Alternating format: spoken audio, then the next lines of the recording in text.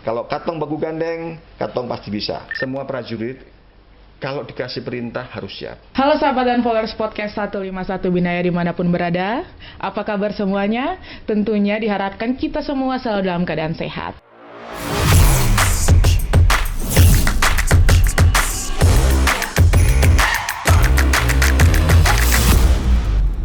Tentu saja, kembali lagi bersama saya, Serdakwa Travela Aprilia Melsasail, dan ditemani dengan... Tentunya dengan saya Mariska Muskita, dan saat ini kita kedatangan tamu yang sangat spesial. Betul sekali, iya. Siapakah dia? Langsung saja kita sapa Bapak Pangdam 15 Patimura. Halo Bapak Pangdam. Selamat sore Bapak, apa kabarnya Bapak Iji? Baik ya Mbak Ella sama Kakak Ika, selamat sore, semuanya sehat ya? Siap, kami Ya, sehat. Alhamdulillah. Ya. Baik, Kaila dan sahabat podcast, tentunya kita pengen tahu ya seperti apa Bapak Pangdam kita, dan langsung saja kita memberikan kesempatan kepada Bapak Pangdam untuk memperkenalkan diri. Silakan Pak. Oke, terima kasih. Assalamualaikum warahmatullahi wabarakatuh. Selamat sore, salam sejahtera untuk kita semua. Shalom, Shalve, Om Swastiastu, Namo Buddhaya, salam kebajikan. Pemirsa Binaya Podcast yang saya hormati, pada kesempatan ini saya hadir di acara podcast Korem 151 Binaya, yang memang saya lihat podcast ini sangat menarik, sangat bagus sebagai sarana untuk memberikan informasi kepada masyarakat, kepada seluruh masyarakat Maluku dan Maluku Utara, yang memang menjadi salah satu objek dari Korem untuk memberikan pengetahuan dan wawasan, baik itu sifatnya adalah untuk pembinaan Korem itu sendiri maupun juga untuk memberikan pengetahuan dari beberapa narasumber yang sudah dihadirkan di beberapa waktu yang lalu. Dan hari ini saya diundang oleh Danrem 151 untuk hadir di sini bersama dengan pemirsa sekalian untuk memberikan gambaran tentang apa itu Kodam dan bagaimana kegiatan kita yang akan kita laksanakan di masa-masa mendatang. Kemudian pepatah bilang tak kenal maka tak sayang ya. Jadi izinkan saya untuk perkenalkan diri.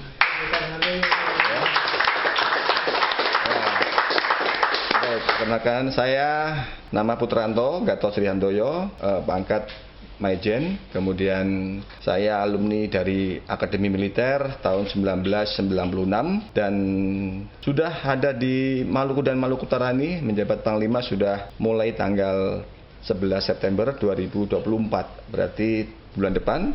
Ini Alhamdulillah insya Allah sudah tahun di sini berada di Kodam 15 Patimura ya. Dan saya sudah berkeluarga, istri satu, mudah-mudahan satu terus, nggak nambah lagi. Ya. Saya Heni Setiastuti, kemudian anak saya 3. Yang pertama Rafif, sedang kuliah di FK Unsud. Kemudian nomor 2 Razik, ini SMA Tarnus di Magelang, kelas 3 SMA. Yang terakhir Atifa, baru kelas 1 SMP di Jakarta. Kemudian pengalaman tugas cukup panjang, saya sudah hampir 29 tahun menjadi prajurit TNI aktif semenjak lulus dari Taruna. Saya dinas pertama di Kalbar, karena saya kecabangannya bukan infanteri, saya armet. Jadi kecabangan armet adalah salah satu kecabangan di TNI AD yang memberikan tugas pokoknya adalah memberikan bantuan tembakan kepada satuan manuver depan ya. Jadi saya berkecimpung di Batalion Armet di Kalimantan Barat kurang lebih sekitar 10 tahun. Kemudian saya pendidikan Selapa, kemudian pindah ke Wadanyon Armet 8 di Kostrat di Jember. Kemudian pendidikan Seskoat, kemudian menjadi komandan batalion di Armet 12 Ngawi, juga Kostrat ya. Kita ini memang terpilih untuk menjadi awak-awak dari Kostrat. Ya.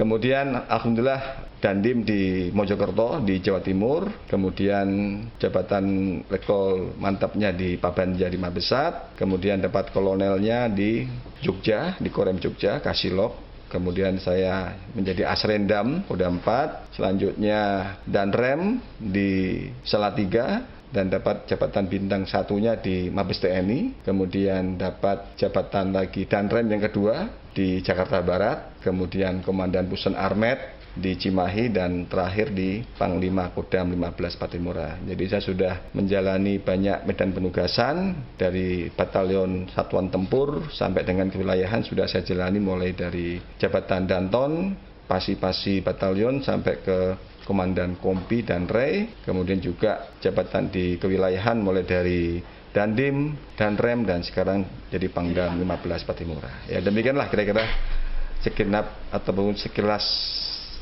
perjalanan hidup saya menjadi seorang prajurit TNI Angkatan Darat. Ya, demikian.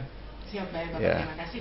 Mohon izin Bapak, setahu kami Bapak bukan kali pertama menjabat Pangdam dan kali pertama datang ke Ambon. Mungkin Bapak bisa ceritakan sedikit Bapak izin. Oke, jadi ini memang bukan kali pertama saya ada di wilayah Maluku. Tadi saya sampaikan waktu saya dinas di Armet 16 di Kalbar, saya pernah ditugaskan untuk menjaga masyarakat wilayah Maluku yang ketika itu mengalami masa-masa tidak enak, masa konflik tahun 2002 sampai dengan 2003. Jadi saya dapat tanggung jawab wilayah keamanan di wilayah Liliboy, dari mulai Kampung Tapi sampai dengan Waiheru. Tapi saya sendiri bertugasnya di Liliboy sebagai komandan kompi, namun anak buah saya sebar di wilayah Waiheru sampai dengan di Tapi. Kemudian saya kembali ke batalion, selang satu tahun saya kembali bertugas di wilayah Maluku. Tapi ini lebih kompleks, Mbak.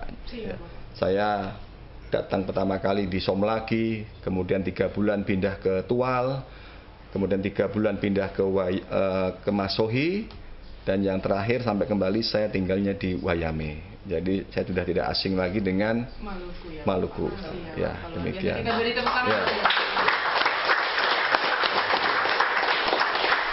Nah baik Bapak, mungkin kita bisa langsung masuk ke pembahasan kita. Siap Bapak, izin Bapak mungkin siap Bapak, untuk para sahabat-sahabat kita, terutama untuk masyarakat Maluku dan Maluku Utara, mungkin ingin tahu tupoksi Bapak sebagai figur Pangdam 15 Patimura.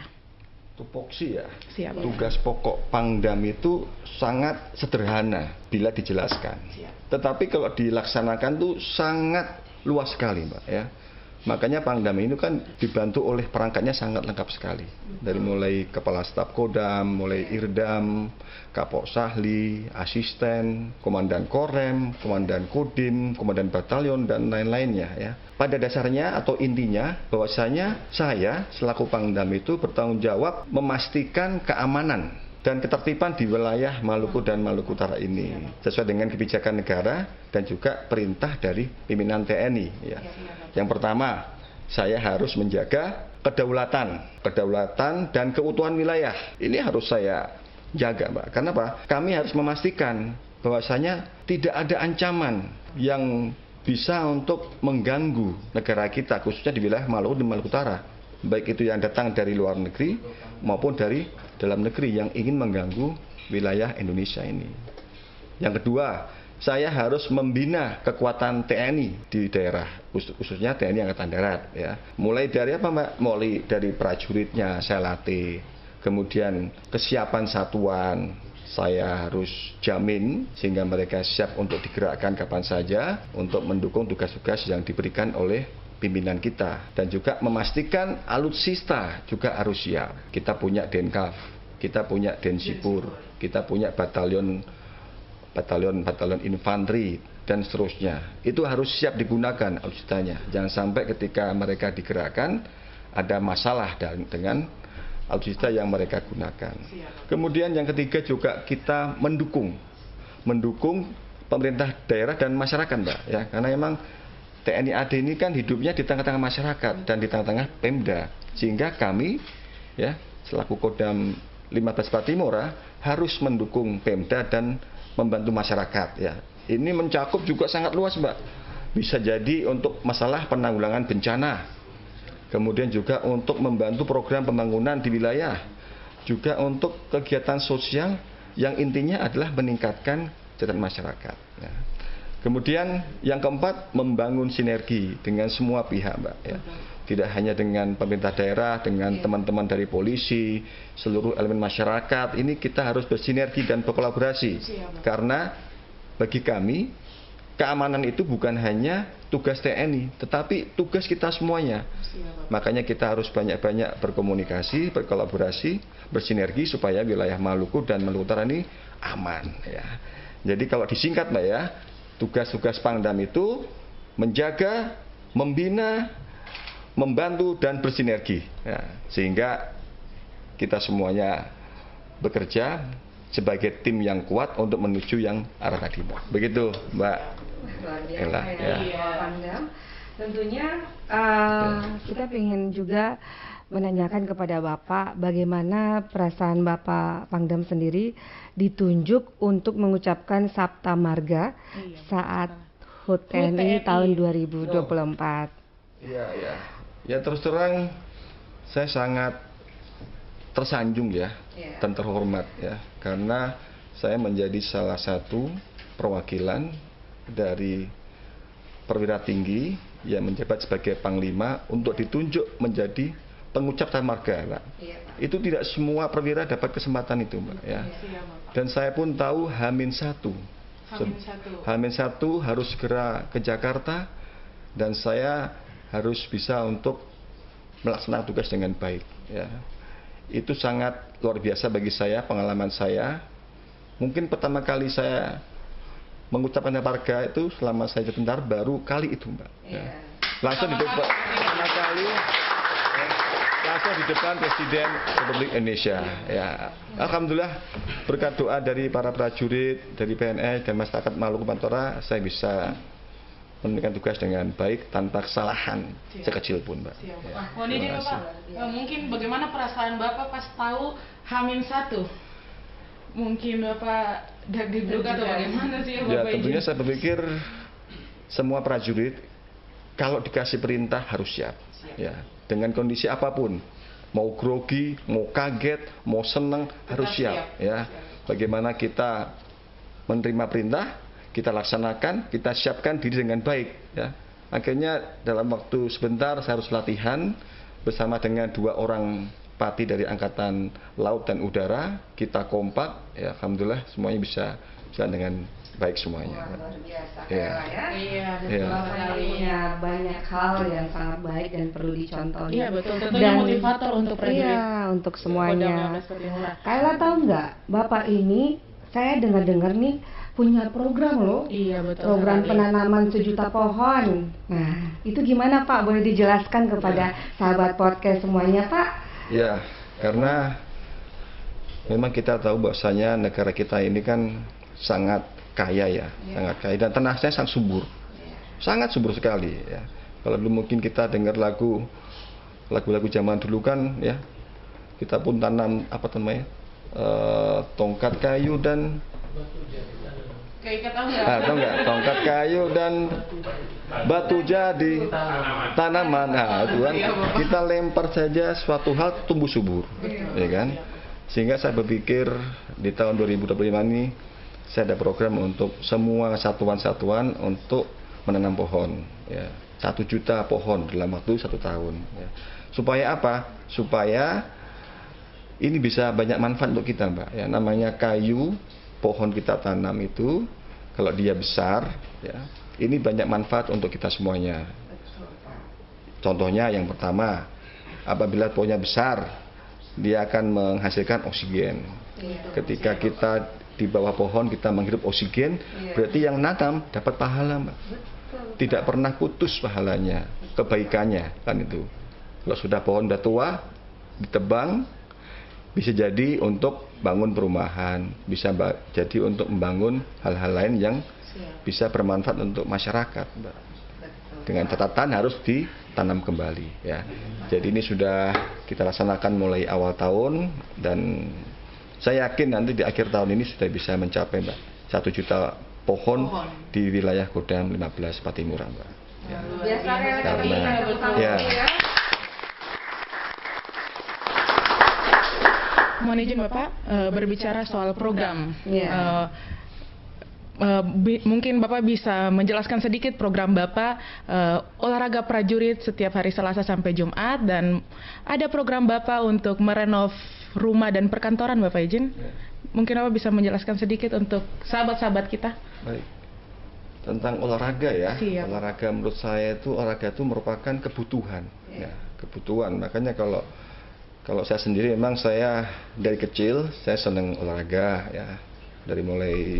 Mungkin dari mulai TK ya, saya sudah mulai senang olahraga ya. Sampai dengan sekarang ini. Karena olahraga itu kan banyak ya, banyak dampak bagusnya ya, positifnya. Mens sana in corpore sano. Di dalam tubuh yang sehat terdapat jiwa yang sehat, jiwa yang kuat. Jadi ini imbang Mbak, antara kesehatan jasmani fisik dengan mental juga harus seimbang kan? Tidak bisa berjalan satu sisi saja. Orang kuat fisiknya tapi tidak kuat mentalnya, lemah. Orang kuat fisiknya atau psikisnya tapi nggak kuat fisiknya juga bisa untuk menopang tugasnya dia ya. Jadi harus seimbang. Oleh karena itu ya saya akan menghimbau kepada prajurit, kepada PNS Kodam harus rajin olahraga. Olahraga ini bukan hanya masalah harus mencapai titik yang berat, tidak. Tetapi dimulai dari yang kecil dulu. Karena sifatnya adalah butuh konsistensi ya. Harus konsisten. Kadang-kadang kita pengennya olahraga harus sekali tapi panjang waktunya ya. Misalkan mungkin mau olahraga lari ya, kita mulai dari yang cukup 5 menit, 10 menit olahraga lari, yang penting berkeringat ya. Jadi tapi konsisten ya, mungkin tiap hari dia 5 menit olahraga. Kemudian harus happy kan itu. Daripada kita sebulan sekali tapi maraton, itu sangat tidak ada dampak baiknya untuk kita ya.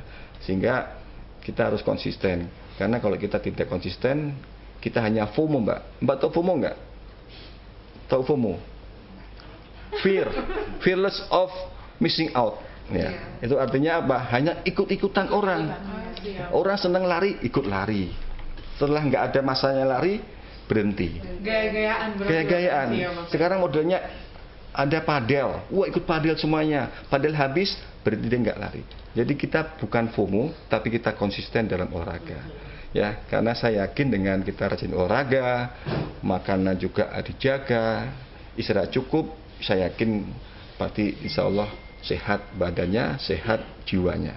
Begitu Mbak. Ya. Luar biasa sekali. Benar-benar banyak sekali talenta-talenta yang ada di Bapak Pangdam sendiri. Dan untuk Bapak sendiri, bagaimana perasaan Bapak ketika dipilih untuk menjadi Pangdam Kodam 15 Patimura? Bagaimana doa orang tua yang selama ini telah diberikan kepada Bapak itu mencapai keberhasilan ini, Pak? Mungkin bisa ceritakan kepada sahabat podcast, silakan Pak. Betul ya, terima kasih Pak. Ya memang kalau tentang karir saya selama ini memang saya banyak untuk jalur langit, Mbak. Ya. Saya tidak punya jalur petinggi-petinggi, ya. Saya hanya jalur langit, jadi saya hanya berdoa saja, bertugas yang baik, saya berdoa pada Allah SWT, dan juga doa itu didukung dari orang tua, utamanya ibu saya. Ya. Ibu saya itu selama ini sangat menurut saya itu sangat luar biasa ya, seorang ibu yang mendoakan anak-anaknya ya. Saya anak sulung Mbak, adik saya 1 perempuan ya, dan adik saya juga sukses sekarang ini ya, sukses dengan usahanya di kota Solo ya, dan itu juga saya yakin berkat doa dari ibu saya, orang tua ya. Dan ketika saya menapaki jabatan-jabatan ya, pasti ibu saya bilang pasti ibu doakan terbaik ya untuk saya ya. Sampai dengan kemarin terakhir saya dapat jabatan Panglima. Dalam hati saya ini adalah amanah dari Allah ya. Namanya amanah ini harus kita pegang dengan baik ya. Kita pertanggungjawabkan ke depan ya. Dan itu semua tentunya kita harus yakin jabatan itu juga ujian. Kalau kita bisa bertugas dengan baik, menjalankan sesuai dengan amanah yang ada, insya Allah ujiannya akan bisa kita lalui dengan lulus ya. Tapi kalau kita tidak amanah ya, bukan hanya Pangdam ya, mungkin juga jabatan-jabatan yang lain ya, tentunya akan sangat mudah bagi Allah untuk mencabut kembali apa yang sudah diberikan pada kita ini ya. Dan saya berterima kasih selama ini, memang dalam hati saya ya, mungkin tidak pernah berpikir akan bisa menjadi seorang Pangdam Mbak ya. Karena saya yakin namanya persaingan di dalam militer, kompetisi ini sangat kuat sekali ya, sehingga memang orang-orang yang perwira yang dipilih jadi Pangdam itulah orang-orang pilihan ya. Dan itu karena doa dari orang tua dan ridho dari Allah SWT kan gitu ya. Saya mohon doanya mudah-mudahan selama saya mengemban amanah jadi Pangdam bisa memberikan manfaat buat prajurit, buat PNS dan masyarakat Maluku dan Maluku Utara, Mbak. Demikian, Mbak. Ya. Iya, dan kita tahu bahwa Pangdam kita ini adalah salah satu Pangdam termuda ya Bapak di wilayah Angkatan Darat. Ya, bisa dikatakan termuda juga tidak, karena juga masih ada adik letting yang sudah jadi Panglima juga sudah ada. Ya. Ngomong-ngomong, ibunya Bapak sudah umur berapa? Ibunda saya kelahiran 55. Iya, Pak. Jadi sekitar sudah usia 70 tahun. Luar biasa ya, Dan Pak ya. alhamdulillah masih sehat, masih aktivitas, masih aktif, masih sepeda, Mbak. Masih lari. Tentunya Meskipun pelan-pelan masih ya. bisa lihat anak-anaknya Iya. sukses. Itu yang Amin, penting. amin ya. Terima Semoga kasih. diberikan umur panjang. Iya, amin. Semua yang terbaik untuk Iya. Ibu ya. Amin, terima kasih. Siap. Bapak, saya juga dengar nih Pak, selama di Ambon Bapak sering keliling ya, tentunya suka sekali sholat subuh Iya. di sini. Apakah mungkin ada kiat-kiat ya bagi Bapak punya jajaran supaya bisa lebih takut akan Tuhan ya, untuk tekun lagi seperti apa? Mungkin Bapak bisa memberikan kiat-kiat dengan apa yang sudah Bapak jalani seperti ini sampai mencapai kesuksesan. Silakan Pak. Ya kalau bagi saya begini, Mbak ya. Kita pasti punya agama masing-masing ya, yang kita anut ya. Ya ada yang saya Islam, saya Muslim, ada Nasrani, ada Hindu dan lain-lain ya. Bagi saya itu ajaran yang benar. Ya. Jadi kita kalau menjadi umat manusia dan beragama, kita harus lakukan apa yang diajarkan dalam agama dan tidak melakukan yang dilarang dalam agama, kan begitu ya. Dan bagi Muslim mungkin kita tahu semuanya bahwasanya sholat itu adalah tiangnya agama. Pondasi kuat dalam beragama Islam adalah sholat. Utamanya sholat subuh, Mbak. Ya kan? Subuh ini namanya kalau kita dalam beberapa ayat Al-Quran dan juga Al-Hadis itu subuh ini adalah disaksikan oleh malaikat siang, malaikat malam. Ya, sehingga apa yang kita doakan dalam sholat subuh ini ya insya Allah akan diijabah oleh Allah SWT ya.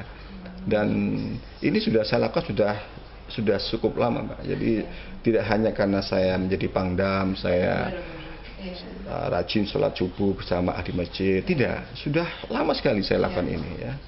Mulai di batalion, mulai pangkat-pangkat dulu Lenan 1, Kapten sudah saya lakukan ya. Dan ini semua saya yakin pasti ada manfaatnya ya. Satu sisi dengan kita lebih dekat dengan Tuhan, dengan Allah, kita takut berbuat dosa ya, takut melanggar larangan agama. Apalagi di TNI ini kan sudah jelas aturannya. Kalau kita misalkan berbuat asusila, ada pidananya. Kita minuman keras pasti ada hukumannya ya.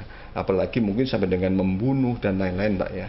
Jadi memang salah satu poin penting bagi prajurit dan PNS Kodam 15 itu saya sering sampaikan ketika saya kunjungan, jangan lupakan ajaran agama masing-masing ya. Yang sholat, yang Muslim, yang Nasrani ke gereja, supaya hati tenang, Mbak. Kalau kita mungkin gundah gulana, ya pasti kita harus menghadap Yang Maha Kuasa, ya sholat ke gereja, minta petunjuk dan bimbingan supaya kita bisa nyaman dan tenang dalam kita menghadapi kehidupan kita ini, Mbak. Ya mungkin beberapa pengalaman hidup saya, ya mungkin banyak yang saya rasakan tuh di luar nalar loh. Seharusnya itu saya nggak bisa, tapi bisa kan gitu. Karena mungkin itu, karena barangkali pertolongan Allah itu sangat luar biasa. Ketika kita kondisi kritis, ada pertolongan dari Tuhan Yang Maha Kuasa.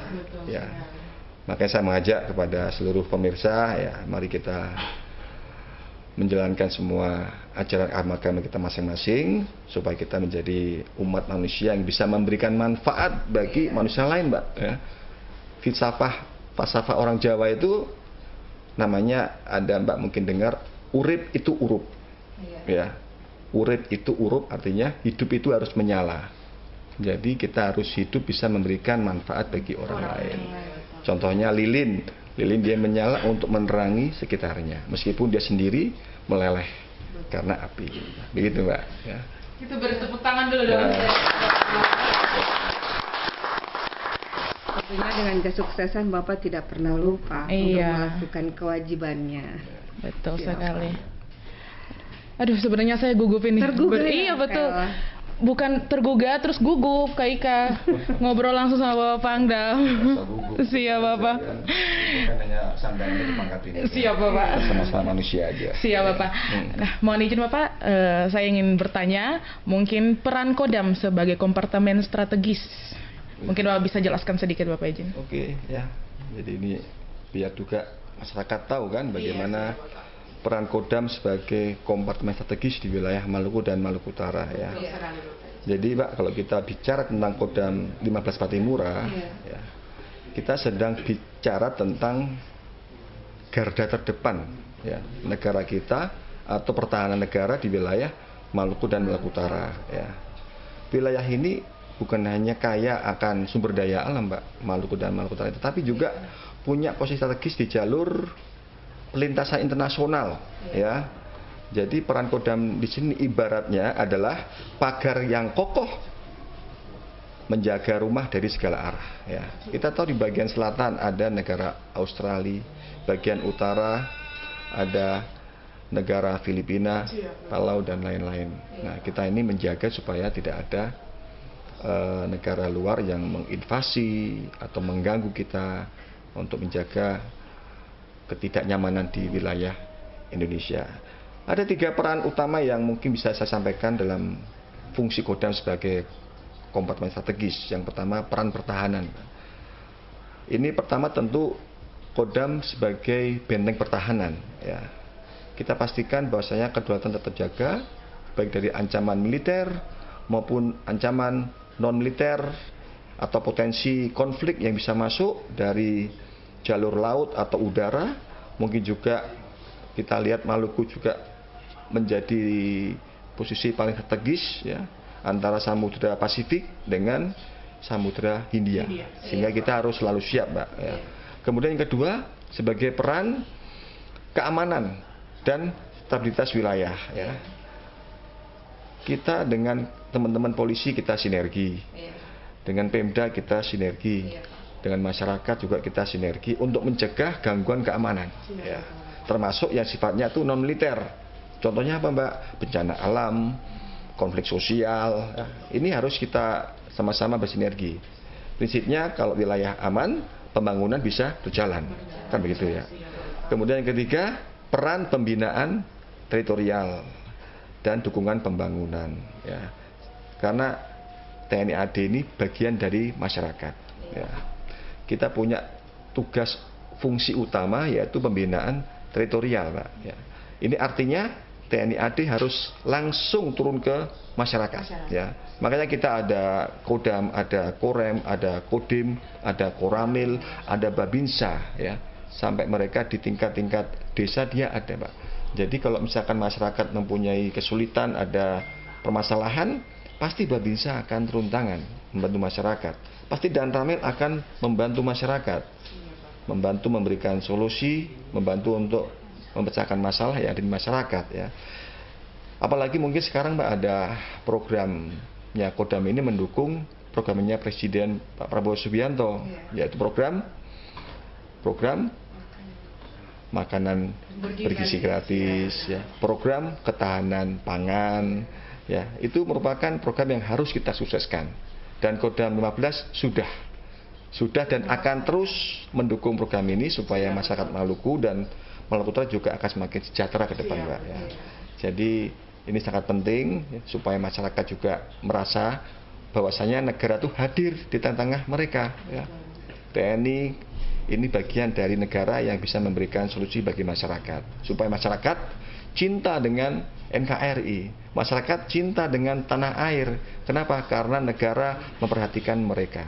Jangan sampai mereka tidak cinta, malah lebih cinta dengan negara lain. Begitu Mbak. Jadi Kodam ini hadir bukan hanya saat ada ancaman, tetapi kita sudah hadir di setiap hari di masyarakat ya. Jadi peran Kodam ini sangat lengkap Mbak, tadi menjaga kedaulatan, menciptakan keamanan, dan ikut membantu pembangunan untuk menuju masyarakat yang sejahtera di wilayah Maluku dan Maluku Utara. Ya, itulah Mbak kira-kira untuk peran Kodam sebagai komponen strategis. Baik Bapak, terima Ya. kasih Kita berikan Bapak. tepuk tangan kepada Ya. Bapak. Sebelum kita lanjut, kita persilakan Bapak minum dulu Siap. Pak. Iya, siap Bapak izin. Mohon maaf ya Pak ya. Minum ya? Siap, Silakan, silakan Pak. Bapak izin. Kakaknya nggak minum bapaknya. Siap. Pak. Iya, Pak.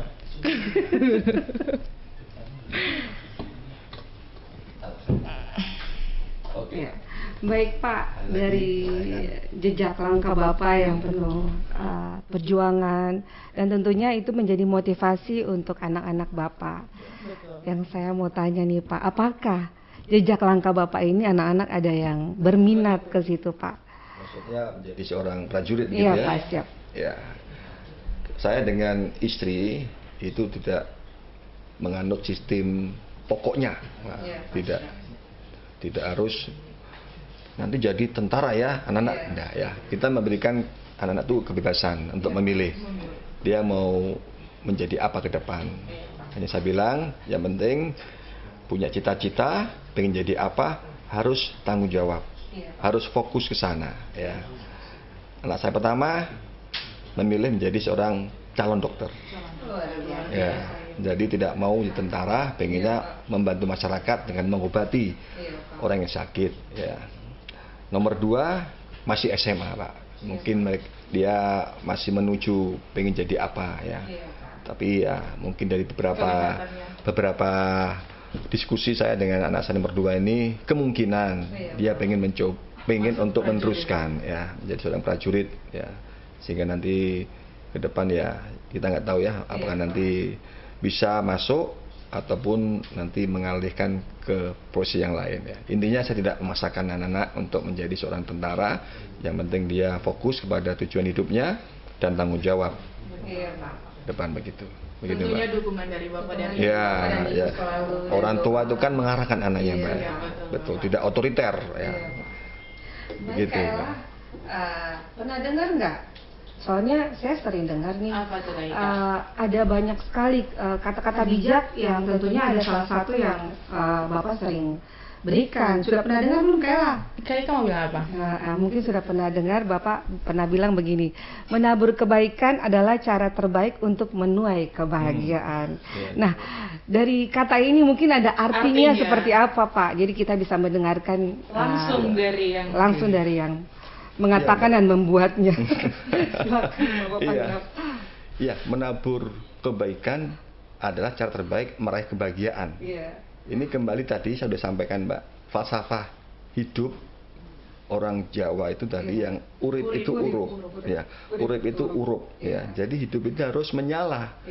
Supaya kita bisa menyala, bisa memberikan manfaat orang lain, berarti kita harus banyak membuat kebaikan, Mbak. Setiap hari kita harus berbuat kebaikan, Mbak, ya. Kebaikan itu tidak harus kita menggunakan finansial ya.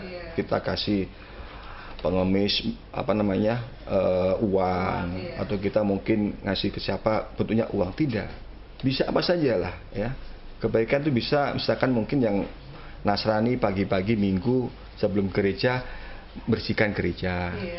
Yang Muslim sebelum subuh dia sapu masjid ya, ngepel masjid ya. Mungkin juga ketika ada yang olahraga, kita sering nih, saya sering lari di wilayah Ambon. Saya kalau lari atau jalan kaki, saya pasti nengoknya ke bawah.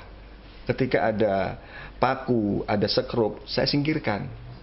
Itu cara-cara paling sederhana kita menabur kebaikan. Jadi itu hal-hal yang kecil yang selama ini saya sampaikan dan saya lakukan. Ini coba saya tuangkan kepada tulisan untuk anggota biar juga bisa melakukan kebaikan-kebaikan ya. Kalau yang kecil kita lakukan, apalagi yang besar, ya kan? Kebaikan-kebaikan yang besar itu apa sih ya? Banyak sekali, Pak, ya. Ya, kita bisa membantu masyarakat yang kebanjiran kita bantu, kekurangan makan kita bantu, anak-anak nggak bisa sekolah karena mungkin sungainya banjir kita bantu, dan seterusnya Mbak ya. Jadi ini saya juga senang ya apabila mungkin banyak masyarakat Maluku dan Maluku Utara juga mengaplikasikan tadi ya, menabur kebaikan adalah cara terbaik untuk meraih kebaikan ya. Banyak kebaikan kita akan senang, akan bahagia. Begitu Mbak kira-kira ya. Kita berikan tepuk tangan canggung. Luar biasa Pak. Baik, Bapak selanjutnya mungkin kita pengen dengarkan Kak Ella ya. Bagaimana peran Kodam sendiri Bapak dalam mendukung? Iya, menyiapkan dan mendukung satuan baru yaitu Batalion Infanteri Teritorial Pembangunan Bapak. Iya Pak. Oke, terima kasih. Untuk penyiapan batalion ya, batalion dan brigade ter pembangunan ya. Jadi ini merupakan program dari Bapak Presiden Subianto, Pak. Jadi memang beliau punya program bahwa nanti setiap kabupaten kota ada satu batalion ter pembangunan ya. Batalion ini beda dengan batalion yang sudah eksis selama ini ya.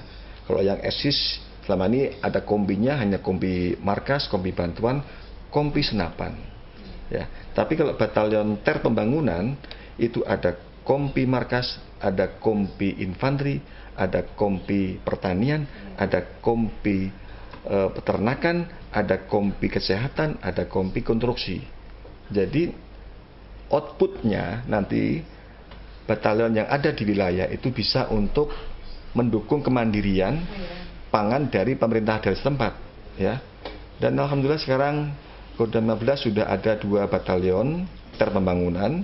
Yang pertama itu di pemerintahan di Buru, di Namlea, yang kedua di Morotai. Dan saat ini prajuritnya sudah insert di marshaling area dan pembangunan batalion sedang berlangsung ya.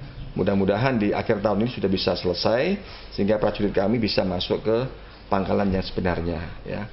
Dan Kodam 15 ini sangat aware ya, sangat peduli untuk menyiapkan semua fasilitasnya Mbak ya. Yang pertama kita akan menyiapkan dulu masalah lahannya ya, karena lahan ini harus ada dulu ya.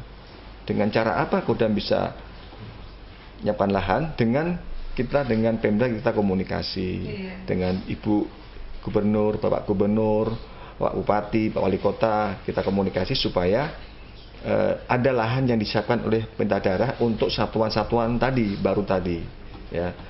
Ya mungkin katakanlah mungkin minimal 50 hektar nanti untuk membangun pangkalan ya. Selain itu juga kita siapkan juga personilnya Mbak ya. Sekarang ini banyak personel tentara yang direkrut oleh TNI Angkatan Darat ya. Yang dulu tamtama hanya terimanya 300, sekarang sudah 1.200. Yang dulu Bintara hanya 250, sekarang 450 sampai 500. Ya, kenapa? Karena untuk mengisi organisasi batalion ter pembangunan, Mbak. Ya, makanya ini saya juga mengajak kepada para pemuda Maluku dan Maluku Utara, ya, bila mana ingin bergabung dengan TNI Angkatan Darat, mengisi satuan-satuan baru, siapkan diri dengan baik, ya, fisiknya, kesehatannya, psikologinya, kemudian mental ideologinya, dan gratis ya. Ini saya sampaikan ya, masuk tentara gratis. Kalau ada oknum-oknum TNI yang minta uang ya, jangan dipercaya ya. Kalau perlu lapor ke saya langsung, tunjukkan siapa, pangkatnya apa, namanya siapa, pasti akan saya tindak sesuai dengan hukum yang berlaku ya, karena gratis, Mbak. Jadi mereka tidak akan dipungut 1 sen pun biaya masuk ke prajurit ya. Kasihan ya, kalau kita mungkin mendengar informasi saat ini kan masuk tentara bayar 100 juta, 200 juta.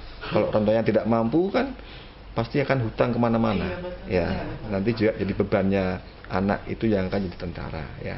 Jadi saya sampaikan bahwasanya dalam kesempatan podcast ini saya sampaikan masuk tentara itu gratis, tidak ada dipungut biaya 1 rupiah pun ya. Dan tentunya ke depan sampai dengan tahun 2029 kita masih akan banyak membentuk batalion ter pembangunan. Ini peluang besar bagi pemuda-pemuda di seluruh wilayah Maluku dan Maluku Utara untuk bergabung menjadi prajurit TNI Angkatan Darat. Ya, begitu Mbak. Iya, luar biasa. Semangat Ya. sekarang gitu ya. Penambahan untuk penerimaan lebih banyak lagi untuk di Maluku. Tentunya ini informasi penting buat masyarakat Maluku dan Maluku Utara. Iya. Izin Bapak, sekarang Satuan Korem 151 Binaya kan dalam penilaian WTRB, Wilayah Tertib, Reformasi dan Birokrasi. Mungkin Bapak bisa menjelaskan sedikit peran Kodam dalam mendukung Korem 151 Binaya dalam penilaian WTRB tersebut, Bapak izin. Ya, ini sangat luar biasa nih Pak ya, Korem Iya, 151 Binaya ini kan. Jadi ketika awal masuk ke Kodam 15 ya, saya melihat bahwasanya satuan kerja di wilayah jajaran Kodam ini tidak ada yang menjadi perwakilan untuk ditunjuk bersaing meraih predikat WBK atau wilayah bebas dari korupsi atau WBBM, wilayah birokrasi bersih melayani. Nah, sehingga saya punya program juga ya supaya satuan kerja dari Kodam ini harus disiapkan dengan baik ya supaya nanti bisa terpilih mewakili TNI Angkatan Darat menjadi satker yang dapat predikat tadi itu ya. Kenapa? Karena saya sudah mengalami itu. Saya ketika di Korem 073 Makutarama, saya siapkan Korem, alhamdulillah dapat. Saya dan Rem 052 Wijayakrama, saya siapkan, alhamdulillah dapat. Dan masuk ke Kodam 15, saya sampaikan kepada asisten terkait dengan Danrem, dengan semua satker, siapkan dengan baik. Akan kita bimbing, kita bina, sehingga nanti nilainya bisa memenuhi syarat untuk jadi perwakilan di Angkatan Darat dan Mabes TNI. Dan saat ini Korem 151 Binaya menjadi salah satu satker yang unggulan ya untuk mendapatkan predikat wilayah bebas dari korupsi, zona integritas gitu kan. Jadi menurut saya predikat WBK atau zona ini bukan hanya soal penghargaan, Mbak, bukan ya. Tetapi sebuah komitmen moral dan profesional kita sebagai seorang prajurit yang mengawaki organisasi ya. Karena kita ini juga harus tahu bahwasanya semua satker sejatinya harus memiliki predikat itu ya. Karena dia harus bisa memberikan pelayanan yang terbaik buat masyarakat. Juga untuk anggota, dia juga harus tidak korupsi ya, tidak boleh dia membackingi kegiatan ilegal di luar dan seterusnya, supaya kita profesional pada tugas kita selaku anggota prajurit TNI Angkatan Darat dan PNS dari Kodam 15 Patimura ya. Dan tentunya Kodam 15 sangat mensupport Korem 151 Binaya dalam rangka nanti bisa meraih predikat itu ya. Kita bisa banyak lihat di beberapa satker yang sudah mendapatkan predikat itu akan banyak keuntungan ke depan, akan banyak keuntungan ya, akan banyak dibantu oleh pemerintah dalam hal untuk perbaikan-perbaikan, pembangunan pangkalan, renovasi pangkalan karena sudah dapat predikat wilayah bebas dari korupsi ya. Dan Kodam 15 Patimura ini mensupport penuh Korem 151 ya, kita sudah lakukan pembinaan sebelumnya, dari kita mulai pembinaan mindset dan culture set prajurit supaya mereka betul-betul mengerti tentang bagaimana kita bisa berubah dari zona nyaman menjadi zona tidak nyaman ya. Jadi kalau orang memiliki pemikiran udah begini aja sudah nyaman kita, udah nggak usah lagi aneh-aneh, itu salah ya. Kita harus berubah, kita harus berubah dari kondisi yang tidak nyaman, harus mau berubah ya. Sehingga dengan kita berubah dari kondisi nyaman ke tidak nyaman, kita akan banyak ide, kita akan banyak thinking out of the box ya, sehingga apa yang kita kerjakan betul-betul bisa untuk menjadi hal-hal inovasi, motivasi bagi orang lain kan itu Mbak. Jadi kita harus lakukan itu terus ya. Kita sudah juga membina Korem, dari mulai kita siapkan semua dokumen-dokumennya, kita latih Korem, kita bimbing terus sehingga sampai dengan saat ini Korem 151 sudah mendapat nilai yang sangat lumayan ya, sehingga kita berdoa bersama supaya Korem ini nanti ketika sudah ada penilaian dari pusat bisa meraih predikat wilayah bebas dari korupsi, artinya mendapatkan predikat zona integritas di wilayah Kodam 15 Patimura. Begitu Mbak. Iya Bapak, luar biasa sekali. Ya. Ya, ini informasi penting juga untuk para Semuanya, prajurit. iya. Iya, betul. Semuanya sudah ada di kepalanya Bapak, memang paling pintar. Luar biasa, Pak. Iya, Baca siap. itu jendelanya dunia, harus banyak baca aja. Karena yakin di Maluku ini banyak waktu kosong kok kita. Iya, Pak. Ya kan. Pangdam juga misalkan waktu kosong membaca juga. Di kantor nggak ada kerjaan, kita baca-baca aja gitu kan. Semua buku-buku bagus untuk kita. Iya, Pak.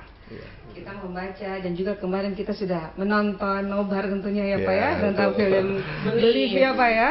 Tentunya yang disutradai oleh Bapak Jenderal kita TNI Agus Subianto, dan tentunya nanti September nih Pak. Iya. Kita ada lagi nih film terbaru.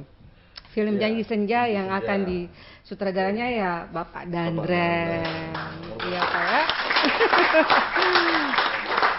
Tentunya film ini kan kita mengangkat tentang kearifan lokal.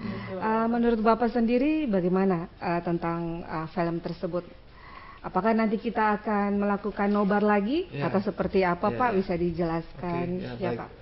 Ini salah satu inovasi yang luar biasa dari Dandem 151 ya, masalah pembuatan film Janji Senja ini kan. Iya, Pak. Kalau yang lalu kita melihat nonton film Belief ya, yang menggambarkan tentang masalah keteladanan figur seorang komandan, seorang pimpinan, dan juga keluarga yang ditinggal tugas operasi oleh bapaknya, oleh suaminya, dan juga menunjukkan bahwasanya kita ini kalau tugas tidak boleh gagal, harus berhasil kan begitu untuk negara kesatuan Republik Indonesia. Nah, kemudian dari Dandren 151 ini menginisiasi membuat film ya, Janji Setia, film Janji Senja, Janji Senja, ya. Janji Senja yang mengangkat ya kearifan lokal di wilayah Maluku ini ya, di mana seorang putri ya, pemudi Maluku ini mulai sekolahnya di sini, kemudian juga pengen mengangkat martabat orang tua ya, akhirnya mendaftarkan diri menjadi seorang komando wanita angkatan darat atau kowat atau prajurit perempuan dan seterusnya. Ini merupakan salah satu apa namanya ya, menurut saya itu hal yang harus kita tonton bersama-sama nih ya. Saya sudah nonton filmnya singkat atau trailernya, tapi secara penuh belum, dan cukup menarik yang saya lihat ya. Film ini cukup bagus untuk juga mengangkat nama Maluku ya, dan nanti mungkin tanggal 25 September ini akan tayang di seluruh Indonesia ya. Jadi saya juga mengajak kepada seluruh prajurit, PNS dan masyarakat ya, mari kita tonton film Janji Senja ini ya. Dan mungkin juga di situ ada unsur-unsur mengangkat nama di wilayah Maluku ya. Baik itu untuk budayanya ya, kemudian juga untuk masalah kesetiaan daripada anak pada orang tuanya, doa ibu pada anaknya dan seterusnya, yang mungkin bisa kita jangan ambil hikmah lah dari film itu ya. Jadi mari kita tonton sama-sama nih Mbak. Nanti kita lihat ya, kalau mungkin oke ya kita nanti nobar lagi Mbak. Ya. Ya. Luar biasa nih Pak Dan ini Mbak ya. Terima kasih ya Pak Ya, ya. penjelasannya. Baik Kak Ella, silakan Kak Ella. Kalau itu udah ya. Iya. Izin Bapak, ini kan sekarang kita menyongsong 17 Agustus. Ya. Mungkin ada lomba atau apa yang Bapak siapkan untuk mempersiapkan 17 Agustus? 17 Agustus yang ke tahun ini adalah ulang tahun RI ke 80 ya. 80. Jadi banyak acara kegiatan yang akan kita siapkan ya. Contohnya tadi pagi ya. Kita sudah melakukan upacara pengibaran bendera di bawah laut. Ya, di bawah laut.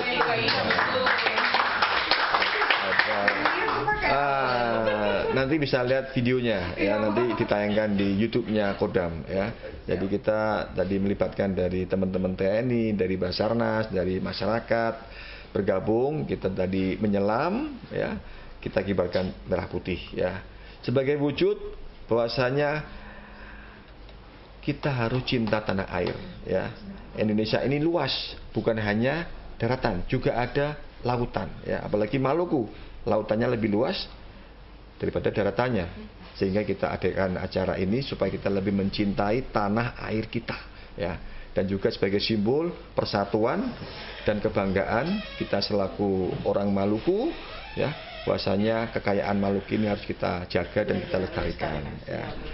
Itu kemudian nanti juga tanggal ini sudah ada beberapa satuan sudah mulai berkegiatan, ya. Tadi saya sebelum sini saya mampir ke Koramil Sirimau tadi, ternyata ada ibu-ibu sama anak-anak sudah mengadakan lomba-lomba tadi, ya. Ada makan kerupuk, ada lomba bagiak dan lain-lain, ya.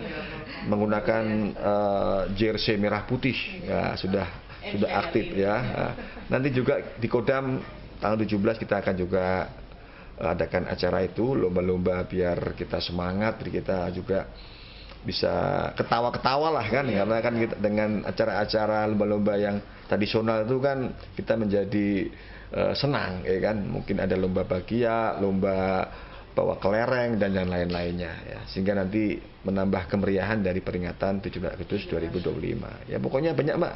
Nanti kita undang nanti, ya, ke Kakak Ika sama Mbak Ella untuk gabung, ya, supaya nanti hati senang pasti akan gembira, akan fresh, akan bahagia, begitu Mbak, ya.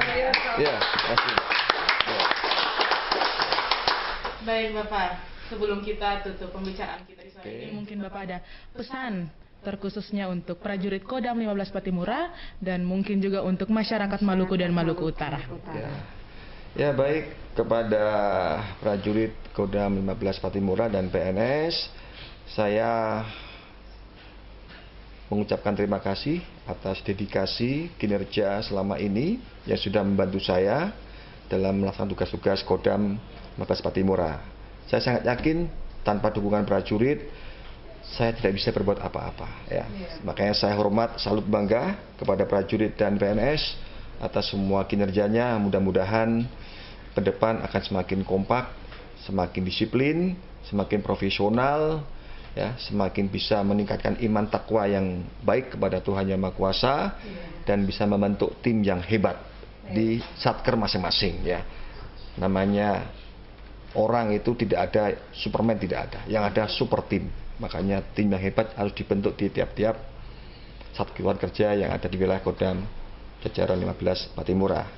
Kemudian juga untuk masyarakat Maluku dan Maluku Utara, kita semua adalah bagian dari keluarga besar yang hidup di tanah yang penuh berkah ini, ya. Mari kita jaga kedamaian, persaudaraan, dan persatuan yang telah diwariskan oleh para leluhur kita, ya. Perbedaan itu bukan menjadi alasan untuk berpisah, melainkan kekuatan untuk saling melengkapi. Kemudian TNI bersama seluruh komponen bangsa akan selalu hadir di tengah-tengah masyarakat, membantu, melindungi dan mengayomi. Tetapi keamanan dan kemajuan daerah itu tak akan bisa terwujud apabila hanya menjadi tanggung jawab TNI dan aparat yang lain, tetapi juga tanggung jawab kita semuanya. Oleh karena itu saya menghimbau, mari kita rajut silaturahmi, jauhi segala bentuk provokasi, dan dukung pembangunan di segala lini kehidupan. Bersama kita wujudkan Maluku dan Maluku Utara yang aman, damai dan sejahtera. Dari Ambon Manise hingga Ternate Gemilang, beta percaya kalau katong baku gandeng, katong pasti bisa. Salam Patimura.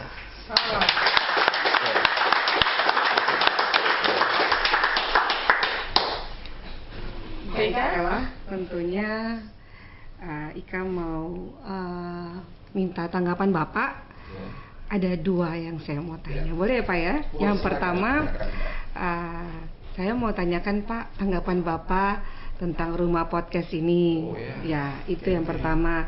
Yang kedua, untuk menutup semua dari pembahasan kita, saya mau minta Bapak berikan closing statement. Silakan Bapak Pangdam.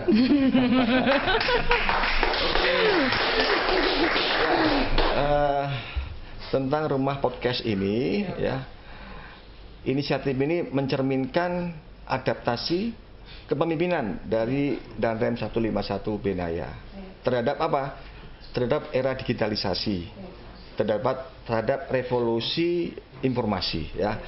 Jadi dengan media podcast ini Danrem sudah menunjukkan kesiapan untuk dekat dengan masyarakat, untuk membuka dialog yang lebih luas kepada masyarakat untuk memberikan pelayanan teritorial ya.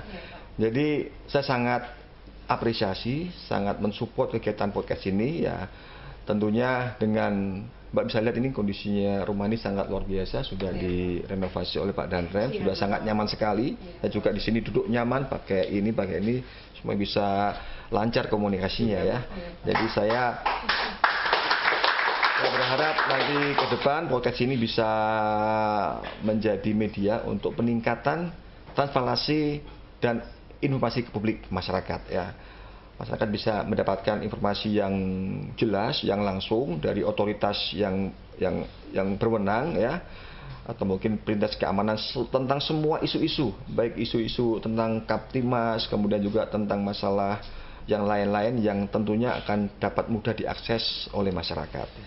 Dan yang kedua ini juga saya berharap menjadi penguatan sinergi antara TNI dengan Polri, dengan pemerintah daerah. Mungkin nanti tamu-tamu narasumber ini bisa diundang ke sini memberikan informasi yang positif kepada masyarakat ya, tentang program-program dari narasumber yang lain, sehingga nanti masyarakat lebih terbuka ya matanya, pikirannya, wawasannya terhadap semua yang harus kita ketahui bersama, utamanya di era-era yang saat ini yang sangat tanpa batas ya, dengan media sosial yang sedemikian kencangnya. Kita harus mengantisipasi dengan baik dengan cara mengoptimalkan rumah podcast ini.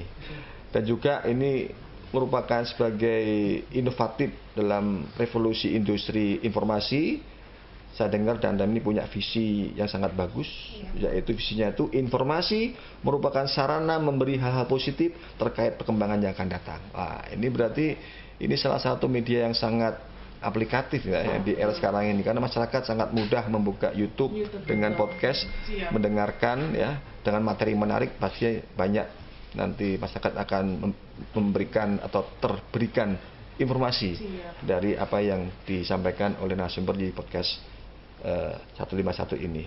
Dan ini sudah sangat baik sekali ya, tentunya lebih luas saja jangkauannya ya, tidak hanya di TNI Polisi, mungkin juga masyarakat-masyarakat yang bisa untuk dijadikan narasumber bisa diundang ke sini untuk memberikan sharing pengalamannya, kan gitu Mbak. Tadi apa yang lupa? Closing ya. Closing statement ya dari saya. Yang pertama, saya kembali mengajak kepada semua masyarakat Maluku dan Maluku Utara, mari terus memelihara persaudaraan, menjaga keamanan dan saling menghargai di setiap perbedaan ya. Jauhi segala bentuk kekerasan, provokasi dan perbuatan yang bisa memecah belah persatuan kita.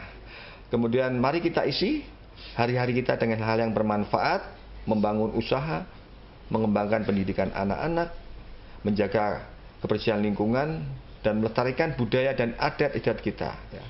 Dan juga mari kita sama-sama punya visi misi yang seimbang, mari kita baku jaga, baku bantu ya. Pasti Maluku dan Maluku Utara akan jadi daerah yang bisa dibanggakan, bukan hanya di Indonesia tapi di mata dunia ya. Saya yakin kita pasti bisa, begitu Mbak.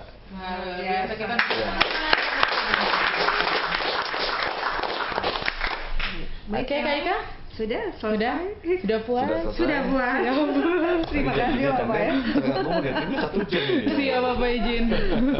Lancar berarti izin Bapak. Siap Bapak. Terima kasih Bapak ya. Tidak pernah salah. Iya.